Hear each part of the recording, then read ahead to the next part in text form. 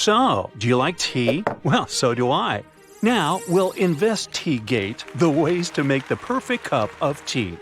This drink is the second most widely consumed beverage, so it deserves to be made properly. Oh, and if you're wondering, the first place is of course taken by hot chocolate. Water. Yeah, water. Tea has been in our lives for centuries. It's not shocking to see how popular it is now. This brewed drink has some amazing health benefits, and that's the second reason why it's been so prevalent in our lives throughout history. Numerous modern studies and thousands of years of anecdotal evidence reveal that antioxidant-rich tea has many health benefits. Okay, but where does it come from? Legends say that the story of tea begins in China. According to these legends, around 2737 BCE, a Chinese emperor was sitting near a tree. Then his servant brought him boiled drinking water. Before the emperor took a sip, some leaves from the tree fell into his cup. He realized that the color of his water had changed. He drank the beverage and liked the aroma, and then he tried to experiment with the leaves that accidentally created the drink. There are different variants of this legend revolving around the emperor, but in reality, historians know that the earliest record of people drinking tea in China dates back to the Shang dynasty, and it was first consumed as a medicinal drink, not as a cup of joy. Now, let's move on to the not-to-do list. You might be ruining your tea if your water is too hot. When your kettle whistles, you might think that the water is ready. That's right, it has boiled, but the temperature is too high for the delicate tea leaves. When you pour too hot water onto the leaves, what you get is a bitter taste. With too hot water, you also say goodbye to the healthy compounds in the leaves, such as catechins. The water should be just under a rolling boil. When you start spotting small bubbles in the kettle, that's the temperature you need. I wish there was one temperature that would work for every tea, but there isn't. It's up to you to discover the best water temperature for your type of tea. Because there are so many teas in the world that I can't mention the best temps for all of them. But I'll give you a hint.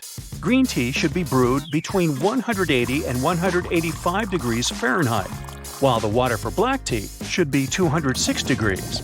I should also say that if the water is too cold, then it won't be able to extract all the necessary components of your tea. Now, the water temperature is important, as well as its quality. You need high-quality water. Filtered water will do.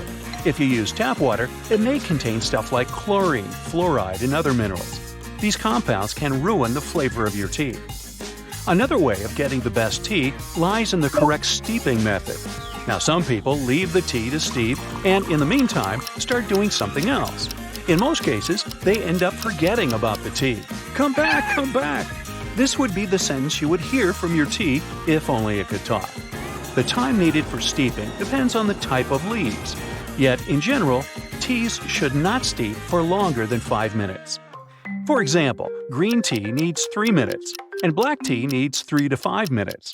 If you wait any longer, you'll get a bitter drink because your tea will release biomolecules called tannins. The duration of steeping depends on the size of the leaves, too.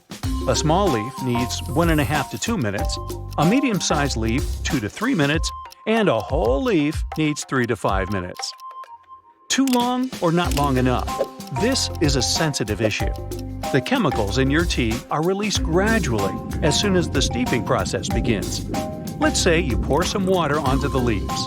The first magical thing that appears is aroma and flavor. Then the healthy chemicals start their work. Caffeine is also released at this stage. Lastly, the heavier tannins come to the stage. If you don't steep your tea long enough and intervene with the steeping process, your tea may lack some beneficial compounds. Now, what is the difference between using tea bags and loose leaves?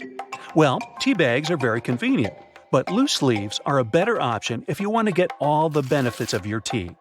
Regular tea bags you get from the supermarket come with leftover broken tea leaves, known as dust and fanning. I get you, time is precious. If you have to go for standard tea bags, opt for pyramid-shaped ones instead of rectangular ones. Pyramid sachet packs are better for brewing. Flat bags are the least favorable option. Since they contain bleached paper, some chemicals from the paper can spoil the aroma of your tea. Now, this one got me to thinking. Is it true that we should use the same tea bag twice? This is a myth if the bag contains some high-quality tea. In fact, you can brew such tea for a second or even a third time. The rule is simple. Remove the tea leaves from the cup and let them drip dry. You shouldn't let your tea leaves steep once they've been soaked. The reason is again related to keeping the flavor bitter-free. Note that every time you steep a tea bag, you extract more caffeine. And what if we talk about the issue of those extra ingredients added to the tea? Yes, sugar. Adding honey or sugar to your tea doesn't mean that all the health benefits of this drink disappear. Yet, you increase the number of calories you get. According to one study, 33% of tea drinkers consume tea with such additives. Now, what's another popular thing people add to their tea besides sugar? Here's a hint. This way of drinking tea is very popular in Great Britain. Yes, it's milk. The amount of milk is a serious question, too. The milk-to-tea ratio should be 1/4 or less for 1 cup. You might not believe me, but the order in which you add the liquids is also important. Most people agree that adding milk after steeping your tea makes the drink tastier. First, you brew the tea, then you pour it into your cup and add milk. Next, the teapot. Apparently, there's a reason why people have been using teapots for centuries. These elegant containers help your drink stay warm for longer.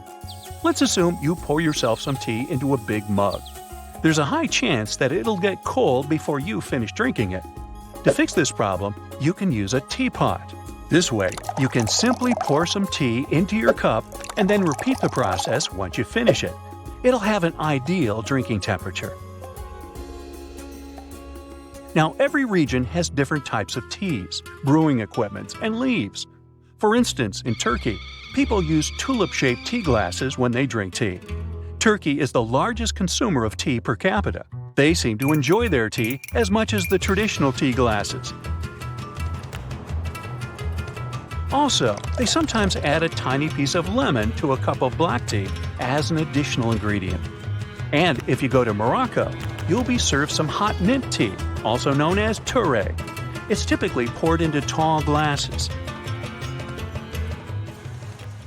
If you go to China, the place that introduced this amazing beverage to the whole world, you will see hundreds of different types of tea, from oolong to jasmine. Japan is known for matcha tea and its famous tea houses. If you enter a tea house there, you'll be surprised to learn that matcha is prepared in the same way as it was in the 12th century. What about India? There, the national drink is chai. Now you know how to make your tea taste amazing. So, what type of tea is your favorite? Comment below.